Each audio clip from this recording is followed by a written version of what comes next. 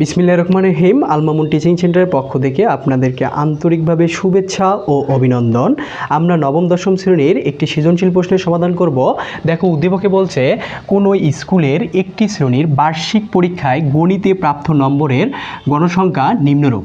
অর্থাৎ এখানে শ্রেণীব্যাপ্তি দেওয়া আছে 41 থেকে 77 এবং গণসংখ্যা দেওয়া আছে 6, 4, 7, 12, 5, 8 এবং ক নম্বর প্রশ্নে বলছে ক্রমযুক্ত গণসংখ্যা সারণী তৈরি করো। খ নম্বর প্রশ্নে বলছে প্রদত্ত তথ্য থেকে প্রচুরক নির্ণয় করো। গ নম্বরে বলছে সংক্ষিপ্ত পদ্ধতিতে গড় নির্ণয় করো। চলো আমরা ক নম্বর প্রশ্নের সমাধান করি। দেখো, ক নম্বর প্রশ্নে আমাদের বলছে ক্রমযুক্ত গণসংখ্যা সারণী তৈরি করো। তাহলে আমাদের ক্রমযুক্ত গণসংখ্যা সারণী তৈরি করতে হলে আমাদের 3টি ছকের প্রয়োজন হবে। তা আমরা এখন ছকটি দিয়ে দিব। দেখো, এখানে লিখছি শ্রেণীব্যাপ্তি, এখানে লিখছি গণসংখ্যা, এখানে ক্রমযুক্ত গণসংখ্যা লিখছি। এখন আমরা শ্রেণীব্যাপ্তিতে দেখো আমাদের শ্রেণীব্যাপ্তি 41 থেকে 45 আছে, আমরা 41 থেকে 45 লিখব। তারপর 46 থেকে 50 লিখব, 51 থেকে 55 লিখব, 56 থেকে 60 লিখব, 61 থেকে আমরা 65 লিখব, 66 থেকে 77 লিখব। অর্থাৎ আমাদের উদ্দীপকে দেওয়া আছে শ্রেণীব্যাপ্তি, এগুলো আমরা দেখে দেখে এখানে সুন্দরভাবে তুলব। তারপর আমাদের গণসংখ্যা দেওয়া আছে, আমরা গণসংখ্যাগুলো এই উদ্দীপক থেকে এখানে লিখব। 6 আছে, 4 আছে, 7, 12, 5, 8 এই আমরা এই গণসংখ্যাগুলো এখন তুললাম। এখন আমাদের প্রশ্নেই বলছে ক্রমযুক্ত গণসংখ্যা সারণী তৈরি করো। আমরা ক্রমযুক্ত গণসংখ্যা সারণী তৈরি করব। দেখো, এখানে আমাদের কত আছে? 6 আছে, আমরা 6 লিখব। দেখো, এই 6-এর সঙ্গে আমরা যখন ক্রমযুক্ত গণসংখ্যা তৈরি করব, আমরা প্রথমে গণসংখ্যা আমাদের কত দেওয়া আছে? 6 আছে, আমরা 6 লিখলাম। এখন এই 6-এর সঙ্গে আমরা ঠিক এখানে 4 আছে, আমরা 4 যোগ করব। তাহলে 6 আর 4 কত হচ্ছে? আমাদের 10 হচ্ছে। অর্থাৎ এই যে আমাদের 6 আর এই যে 6 আর এই 6-এর সঙ্গে আমি এই 4 যোগ করব, তাহলে আমাদের কত হচ্ছে? এখানে 10 হচ্ছে। আবার দেখো, এই 10-এর সঙ্গে আমি কত যোগ করব? 7 যোগ করব। 10 আর 7 যোগ করলে কত হচ্ছে? আমাদের 17 হচ্ছে। আবার 17-এর সঙ্গে আমি যদি 12 যোগ করি, তাহলে আমাদের যোগ করে দেখতে হবে। আচ্ছা, 17-এর সাথে আমরা কত যোগ করব? 12 যোগ করব। তাহলে 7 আর 2 যোগ করলে 9, 1 যোগ করলে 2, তাহলে আমাদের কত হচ্ছে? এখানে 29 হচ্ছে। আমরা 29 লিখব।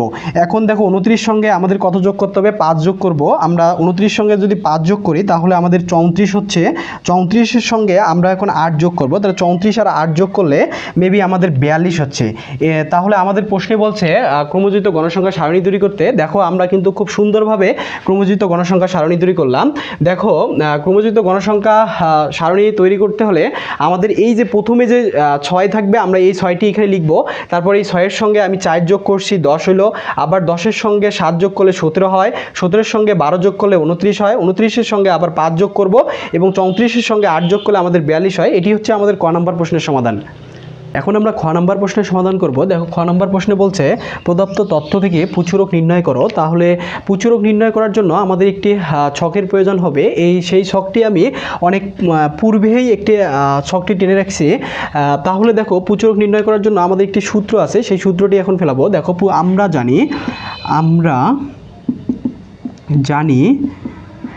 জানি প্রচুরক সমান L plus F1 plus F2 গুণন H।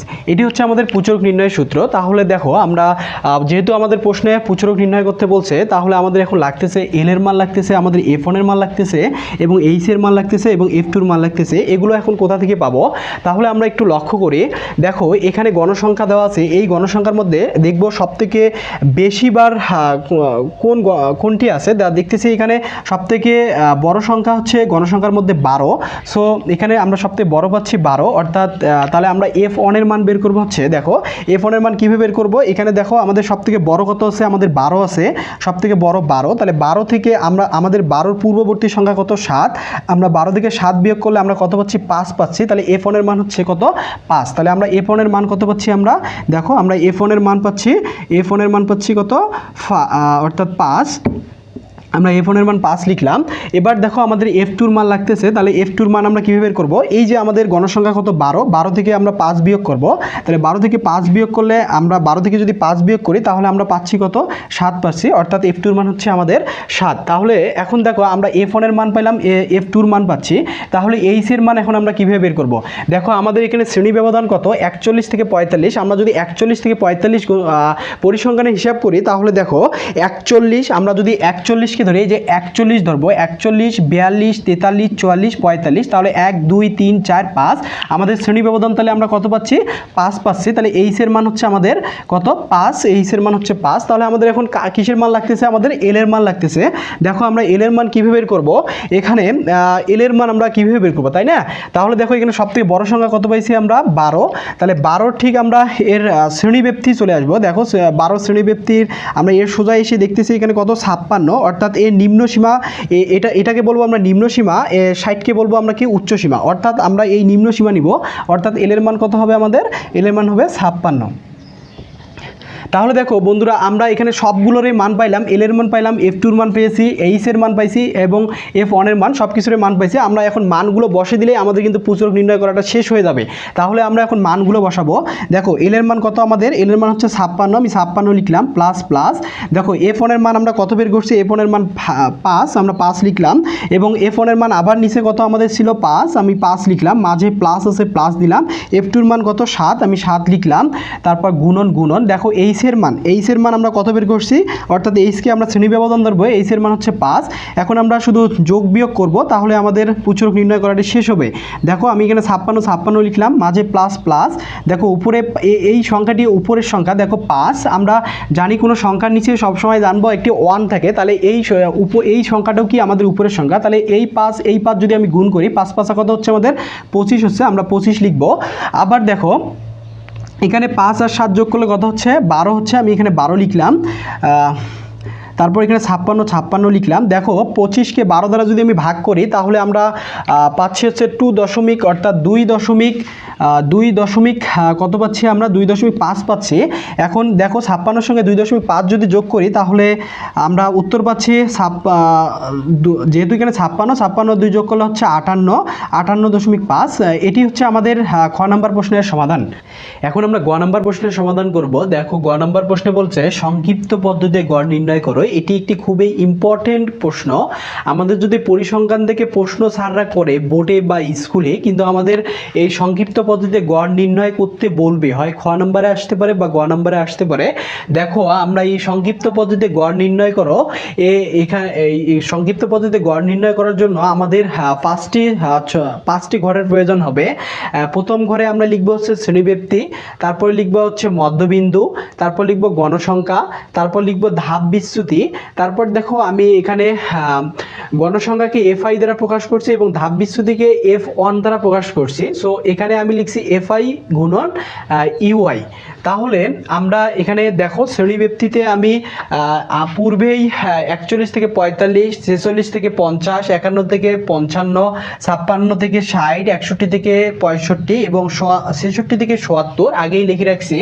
আবার গণসংখ্যা আমাদের এখানে 6, 4, 7, 12, 5, 8 এগুলো আমাদের উদ্দীপকেই ছিল, আমি এগুলো অনেক আগেই পূর্বেই লিখে রাখছি। এখন আমাদের মধ্যবিন্দু নির্ণয় করতে হবে। তা মধ্যবিন্দু নির্ণয় করার জন্য আমাদের দেখো এখানে শ্রেণীব্যাপ্তিতে দেখো 41 থেকে কত আছে 45, অর্থাৎ 41 থেকে 45 আছে, 41 থেকে 45 এই সংখ্যা দুটো আমরা যোগ করব, 41 যোগ 45 লিখব। অর্থাৎ আমরা কি করব, 41 যোগ 45 ডিভাইডেড 2, অর্থাৎ যেহেতু আমাদের মধ্যবিন্দু নির্ণয় করতে হবে, এই 41 এবং 45 আমরা যোগ করে 2 দ্বারা কি দিব, ভাগ দেব। তাহলে 41 আর 45 যোগ করলে আমাদের দেখো 5 আর 1 যোগ করলে 6 এবং এখানে 4 আর 4 যোগ করলে হচ্ছে 8, 86 হচ্ছে। 86কে 2 দ্বারা আমরা ভাগ করব। তা 86কে 2 দ্বারা ভাগ করলে আমরা কত পাচ্ছি, আমরা একটু ক্যালকুলেটরে চাপবো। তাহলে 40 দ্বিগুণ হচ্ছে 80, তাহলে 42 দ্বিগুণ 84, তাহলে হচ্ছে 43 দ্বিগুণ 86, তাহলে আমরা কত পাচ্ছি এখানে 43 43 পাচ্ছি, আমরা মধ্যবিন্দু কত পাচ্ছি 43। আমি আবারও বলতেছি দেখো 41-এর সঙ্গে আমি 45 যোগ করব, 41-এর সঙ্গে 45 যোগ করে 2 দ্বারা ভাগ দেব, 2 দ্বারা ভাগ দিলে আমরা পাচ্ছি 43। দেখো যেহেতু আমাদের শ্রেণী ব্যবধান কত 5, তাহলে আমরা বারবার 46 থেকে 50 দুটো যোগ করে 2 দ্বারা ভাগ দেব না, আমাদের শর্টকাট টেকনিক অবলম্বন করতে হবে। এই জন্য 43 সঙ্গে আমরা 5 যোগ করব। এই 5 এখন কোথায় পাইলাম, দেখো এখানে শ্রেণী ব্যবধান আমাদের কত 5, তাহলে আমরা 43 সঙ্গে 5 যোগ করলে হচ্ছে 43-এর সঙ্গে যদি আমি 5 যোগ করি 43, 44, 45, 46, 47, সরি দেখি 43-এর পর 44, 45, 46, 47, 48 হচ্ছে, তাহলে আমরা এখানে কত লিখবো 48। 48-এর সঙ্গে আবার 5 যোগ করলে কত হচ্ছে 53।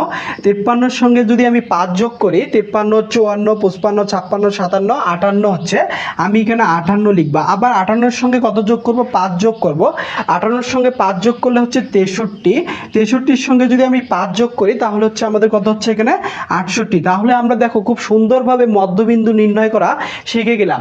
এখন আমাদের দেখো ধাপ বিচ্যুতি বের করতে হবে। ধাপ বিচ্যুতি বের করাটা আসলে খুবই সহজ, একেবারেই সহজ। আমরা একটু দেখো আমরা ধাপ বিচ্যুতি নির্ণয় করার জন্য আমি ঠিক দেখো এখানে শ্রেণীব্যাপ্তি, মধ্যবিন্দু আমি যে কোনো একটাকে ধরতে পারি, এখানে আমি শূন্য ধরে করতে পারি বা এখানে ধরতে পারি। তা আমরা আমাদের অঙ্ক করার সুবিধার্থে দেখো এখানে গণসংখ্যা সব থেকে বেশি কত আছে 12, তাই না?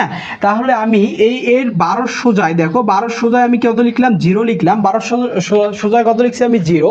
এবং ঠিক দেখো 12 যে গণসংখ্যা এর মধ্যবিন্দু কত 58, অর্থাৎ এই 58-কে আমরা কি ধরবো আনুমানিক গড় ধরবো। কি ধরবো আনুমানিক গড়, অর্থাৎ 12-র ঠিক মধ্যবিন্দু গণসংখ্যার পরে আমাদের পূর্বে দেখো একটা মধ্যবিন্দু আছে, তাহলে 12-র ঠিক এর সোজায় দেখো 58 আছে, এটাকে আমি কি ধরলাম আনুমানিক গড়, অর্থাৎ একে বলবো আনুমানিক গড়।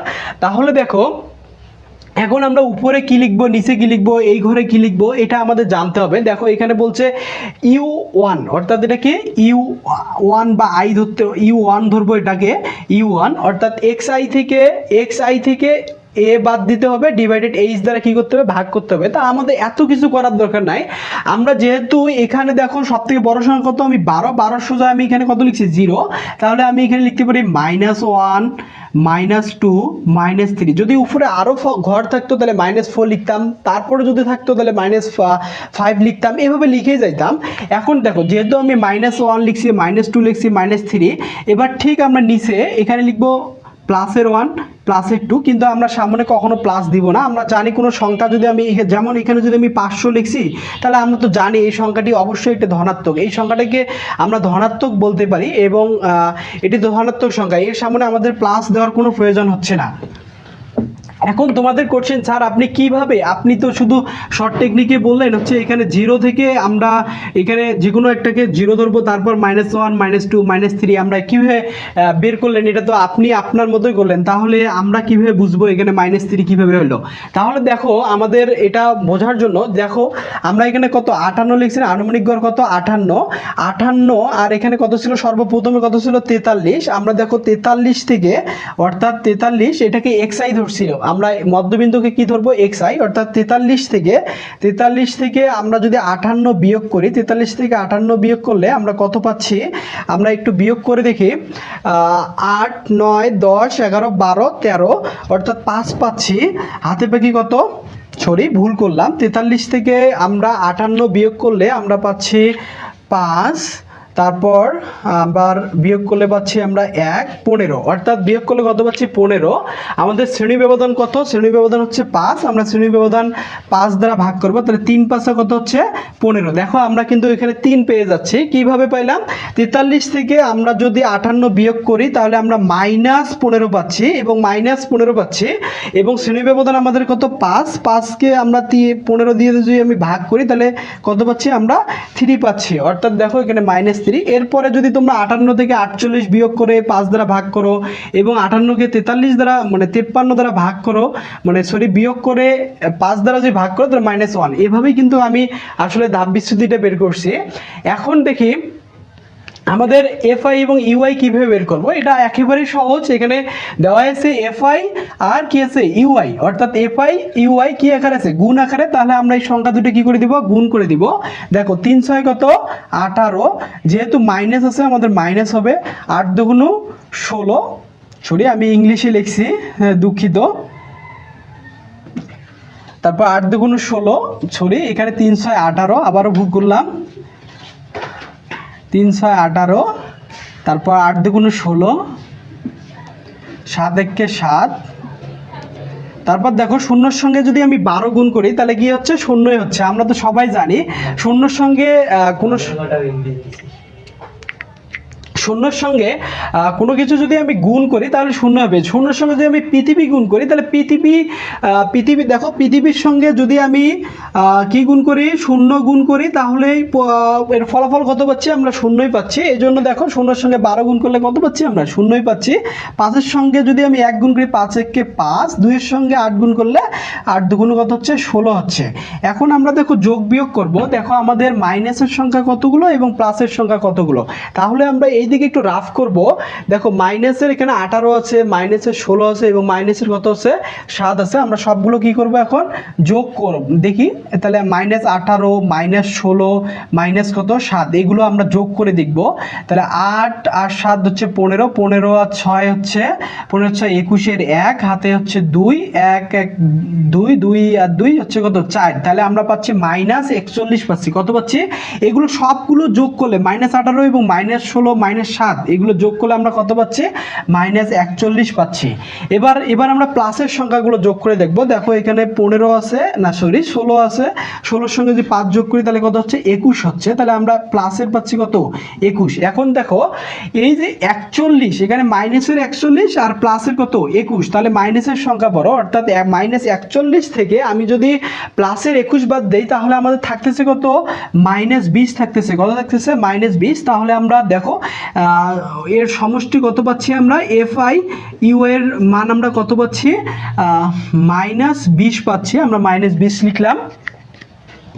এখন দেখো আমরা সব কিছুরই মান বের, এখানে দেখো আমরা সমষ্টিটা বের করলাম, FIUI সমান কত পেলাম, -20। এখন আমাদের বের করতে বলছে সংক্ষিপ্ত পদ্ধতি গড় নির্ণয়। আমাদের যে ছকটি দরকার আমরা সেই ছকটি সম্পূর্ণভাবে শেষ করলাম। এখন আমাদের যে সংক্ষিপ্ত পদ্ধতিতে একটা অঙ্কটা যে আমরা সমাধান করব, এর জন্য একটা সূত্র আছে, এই সূত্রটি লিখব। দেখো গড় সমান, আমরাকে x বার দ্বারা গড় প্রকাশ করব, a plus summation FIUI divided n গুণন h। দেখো আমরা এখানে এর মান এখন কত ধরবো, এটা তো আমি পূর্বেই বলেছিলাম।